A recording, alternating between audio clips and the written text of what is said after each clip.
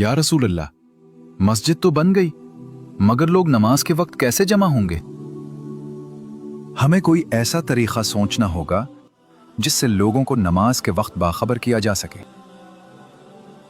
अगर हम नमाज के वक्त आग रोशन कर दें, दूर दूर तक धुआं नजर आएगा और लोग समझ जाएंगे कि नमाज का वक्त हो गया है। मैंने ख्वाब में देखा कि कोई मुझे ऐसे कलिमात अल्लाहु अकबर, अल्लाहु अकबर। मस्जिद नबवी की दीवारें खड़ी हो चुकी थी, मिंबर सज चुका था, लेकिन फजा में अभी उस एक आवाज की कमी थी जो बिखरे हुए दिलों को एक मरकज पर जमा कर दे। सहाबा कराम रजी अल्लाह अन्हुम के सामने ये बड़ा सवाल था कि नमाज का वक्त होने पर सबको इत्तला कैसे दी जाए। किसी ने आग जलाने की बात की, किसी ने नाकूस बजाने की राय दी, लेकिन रहमत आलम सल्लल्लाहु अलैहि वसल्लम का दिल कुछ और ढूंढ रहा था। आप सल्लल्लाहु अलैहि वसल्लम अपनी उम्मत के लिए एक ऐसी पहचान चाहते थे जो गैरों से अलग, खालिस और तौहीद की खुशबू से महक रही हो। मशूरे जारी थे कि हजरत उमर फारूक रजी अल्लाह अन्हु की बसीरत काम आई। उन्होंने तजवीज दी कि क्यों ना किसी आदमी को पुकारने के लिए भेजा जाए।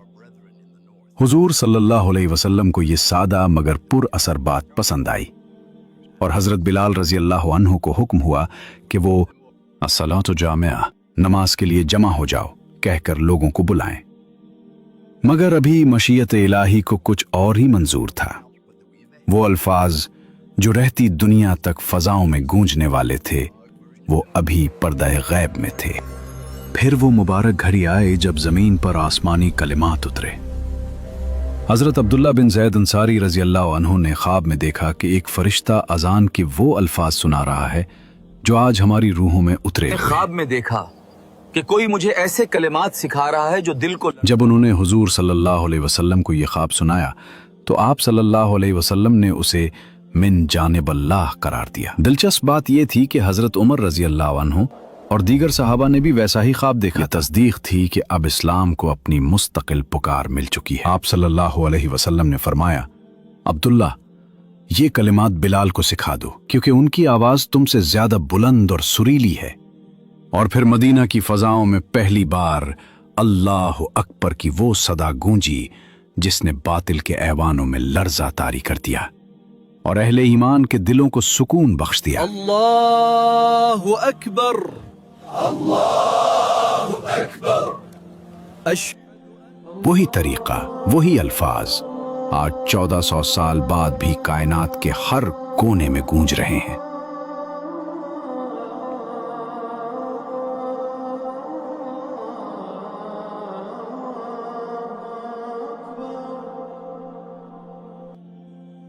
पहली हिजरी के वाकयात में से हजरत सलमान फारसी के इस्लाम लाने का वाकया बहुत अहम है।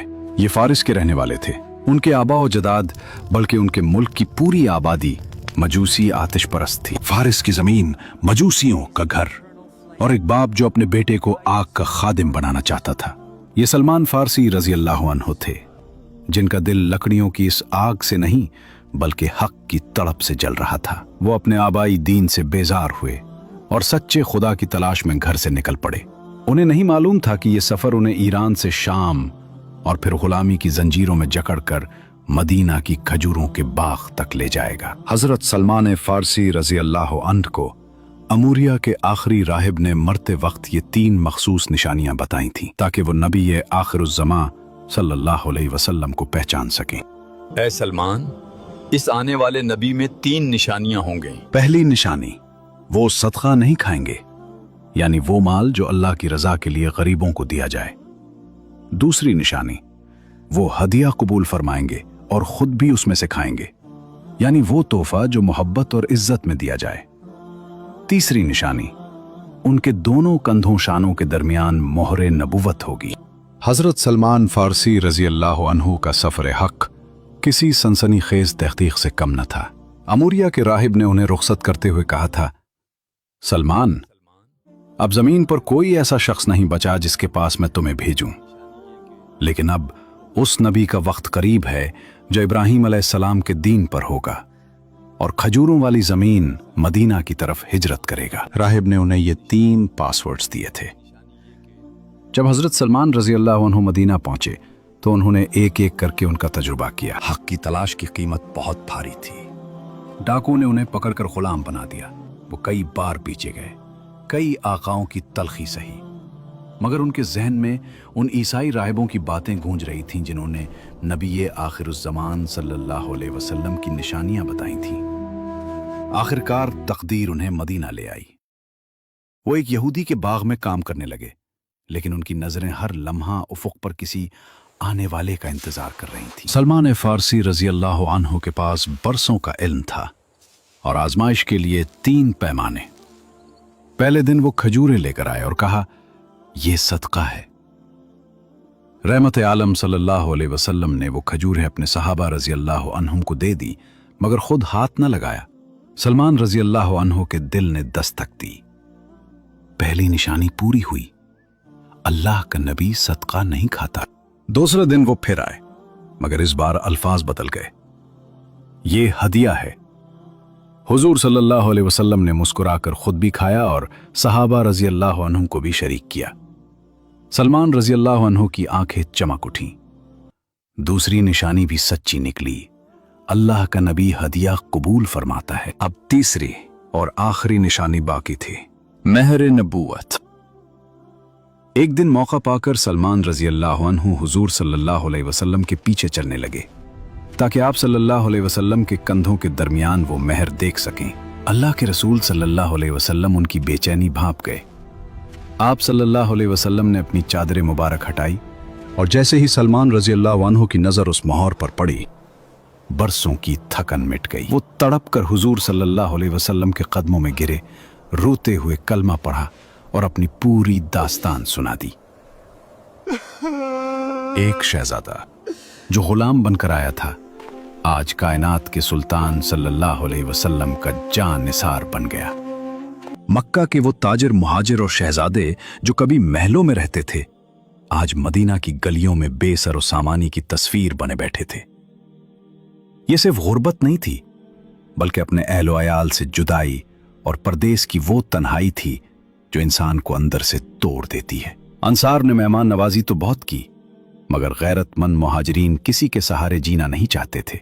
उनके हाथ काम करने के आदी थे, खैरात लेने के नहीं। मस्जिद नबवी की तामीर के बाद एक दिन तारीख साज फैसला हुआ। हजरत अनस बिन मालिक रजी अल्लाह अन्हु के घर में 50 के करीब मुहाजिरीन जमा थे। हुजूर सल्लल्लाहु अलैहि वसल्लम ने अंसार की तरफ देखा और एक ऐसा जुमला फरमाया जिसने रहती दुनिया तक भाईचारे की तारीफ बदल दी। ये मुहाजिरीन तुम्हारे भाई हैं। फिर आप सल्लल्लाहु अलैहि वसल्लम ने एक एक अंसारी का हाथ एक एक मुहाजिर के हाथ में थमाया। ये सिर्फ हाथ नहीं मिल रहे थे, ये 2 खानदानों की तकदीरें जुड़ रही थीं। अंसार ने वो कर दिखाया जो ख्वाब लगता है। उन्होंने अपने घरों के दरवाजे खोले और कहा, आइए, ये आप ही का घर है। भाई, ये मेरा घर है, आधा आपका। ये मेरा माल है, आधा आपका। और कुर्बानी की इंतहा देखिए। हजरत साद बिन रबी रजी अल्लाह अन्हु ने हजरत अब्दुर्रहमान बिन औफ रजी अल्लाह अन्हु से यहां तक कह दिया कि मेरी 2 बीवियां हैं, जो आपको पसंद हो मैं उसे तलाक दे दूं ताकि आपका घर बस जाए। ये वो बेमिसाल ईसार था जिसने साबित कर दिया कि ईमान का रिश्ता खून के रिश्ते से भी ज्यादा गहरा हो सकता है। हुजूर सल्लल्लाहु अलैहि वसल्लम जानते थे कि जो लोग अपना सब कुछ मक्का में छोड़ आए हैं, उन्हें एक दूसरे के जज्बाती और रूहानी सहारे की जरूरत है। चुनाचे आप सल्लल्लाहु अलैहि वसल्लम ने इस्लाम के उन बड़े सुतूनों को जोड़ियों में तकसीम कर दिया। अबू बकर उमर रजी अल्लाह अन्ह, तलहा और जुबैर रजी अल्लाह अन्ह, उस्मान और अब्दुर्रहमान बिन औफ रजी अल्लाह अन्ह।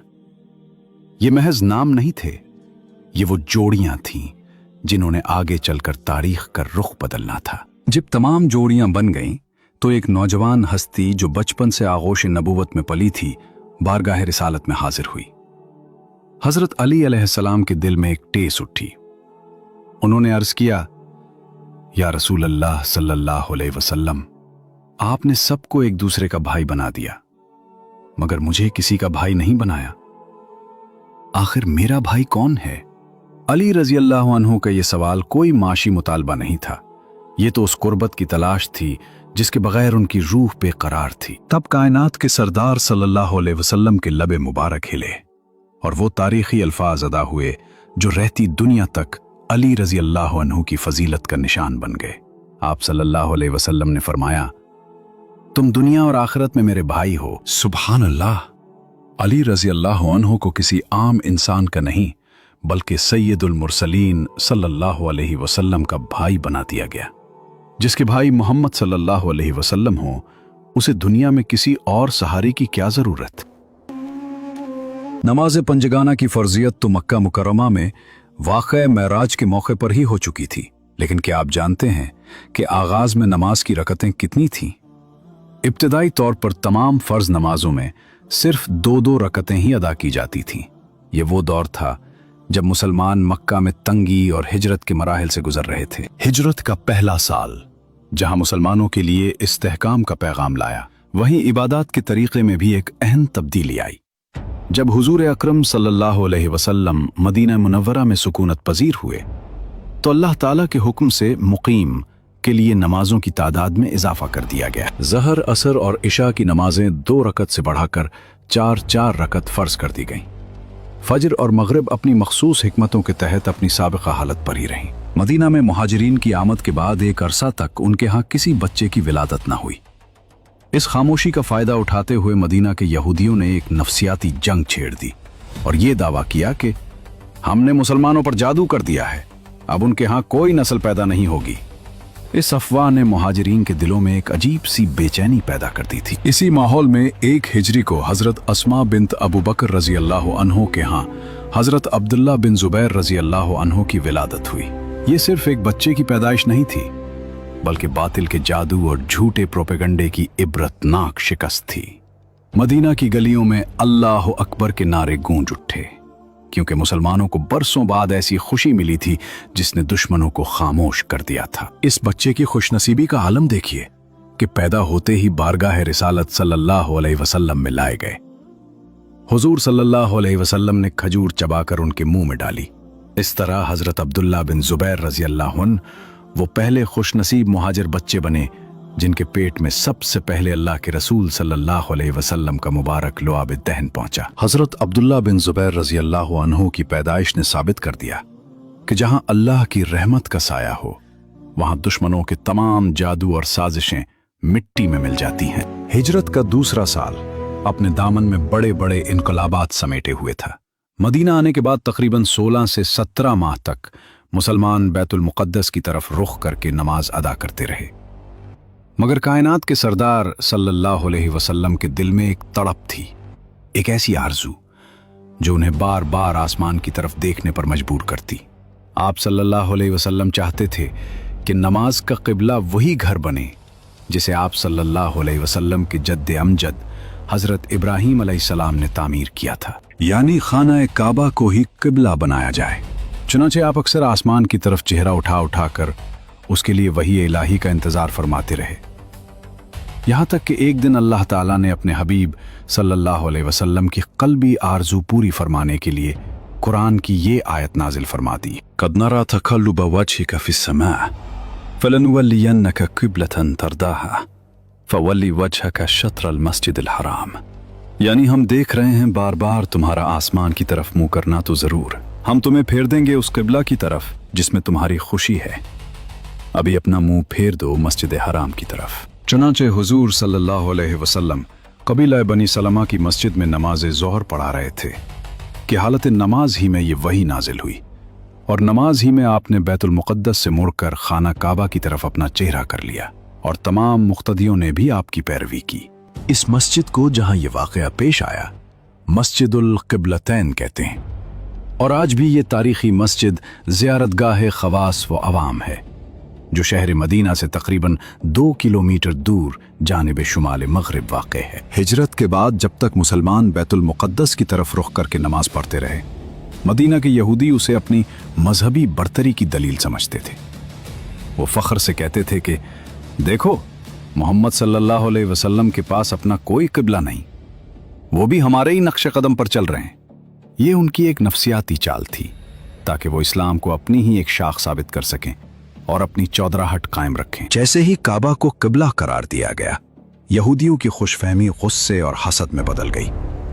ان کے لیے یہ برداشت کرنا مشکل تھا کہ اب مسلمان ہر معاملے میں ان سے الگ اور منفرد ہو رہے ہیں۔ انہوں نے اسے مخالفت کا نام دیا اور طعنہ بازی شروع کر دی۔ देखो, आज قبلہ بدلا ہے، اگر لوگوں کے دل ان کی طرف جھک گئے تو ہماری بات کون سنے گا؟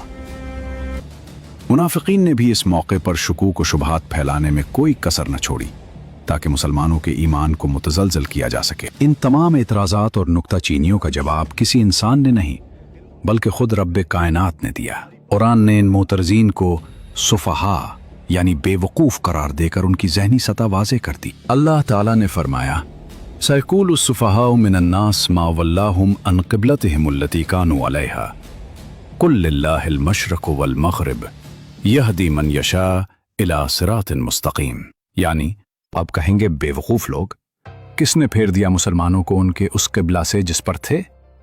تم فرما دو مشرق مغرب سب اللہ ہی کا ہے، جسے چاہے سیدھی راہ چلاتا ہے۔ وَمَا جَعَلْنَا الْقِبْلَةَ الَّتِي كُنْتَ عَلَيْهَا إِلَّا لِنَعْلَمَ مَنْ يَتَّبِعُ الرَّسُولَ مِمَّنْ يَنْقَلِبُ عَلَى عَقِبَيْهِ وَإِنْ كَانَتْ لَكَبِيرَةً إِلَّا عَلَى الَّذِينَ هَدَى اللَّهُ۔ اور اے محبوب، تم پہلے جس قبلہ پر تھے ہم نے وہ اسی لیے مقرر کیا تھا کہ دیکھیں کون رسول کی پیروی کرتا ہے اور کون الٹے پاؤں پھر جاتا ہے، اور بے شک یہ بھاری تھی مگر ان پر جنہیں اللہ نے ہدایت کی، اور اللہ کی شان نہیں کہ تمہارا ایمان اکارت کرے، بے شک اللہ آدمیوں پر بہت مہربان مہر والا ہے۔ جب یہودیوں نے قبلہ بدلنے پر شور مچایا تو قرآن کریم نے ایک ہی جملے میں ان کی تمام دلیلوں کو خاک میں ملا دیا۔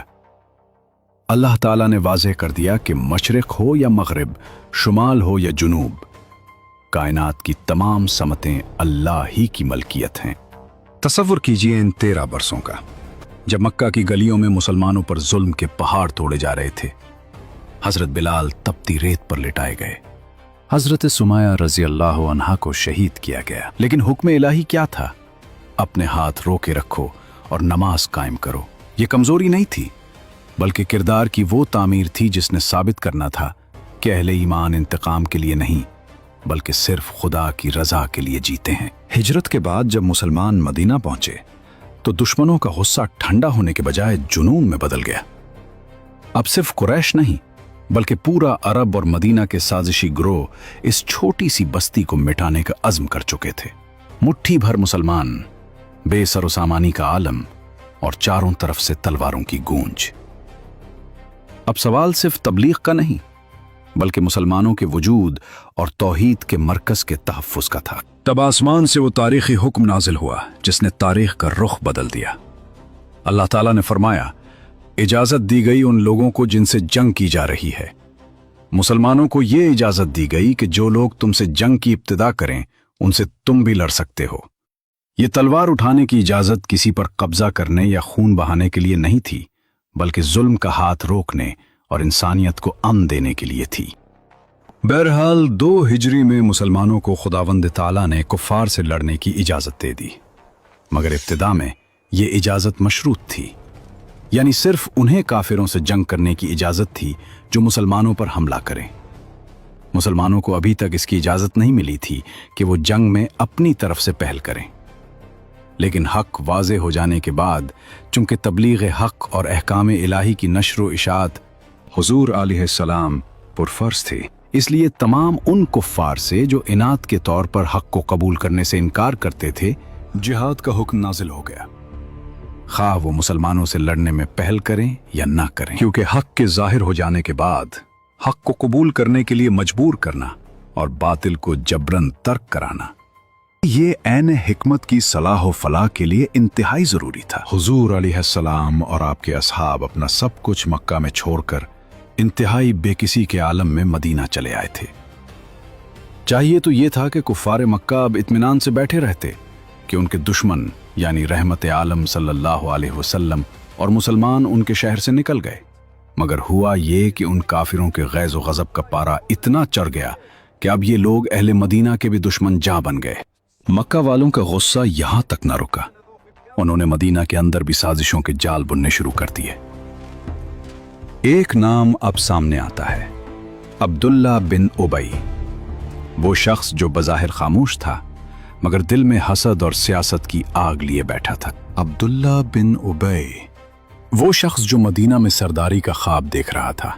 जब मदीना ने रसूल अकरम सल्लल्लाहु अलैहि वसल्लम का इस्तकबाल किया तो उसके इख्तिदार का ताज सर से उतर गया। जाहिर में वो मुसलमान बन गया, मगर दिल में हसद की चिंगारी बाकी रही। मदीना अब सिर्फ बैरूनी दुश्मनों का नहीं, अंदरूनी आजमाइशों का भी सामना करने वाला था। अगले एपिसोड में मुनाफिकीन का पहला फितना सामने आएगा।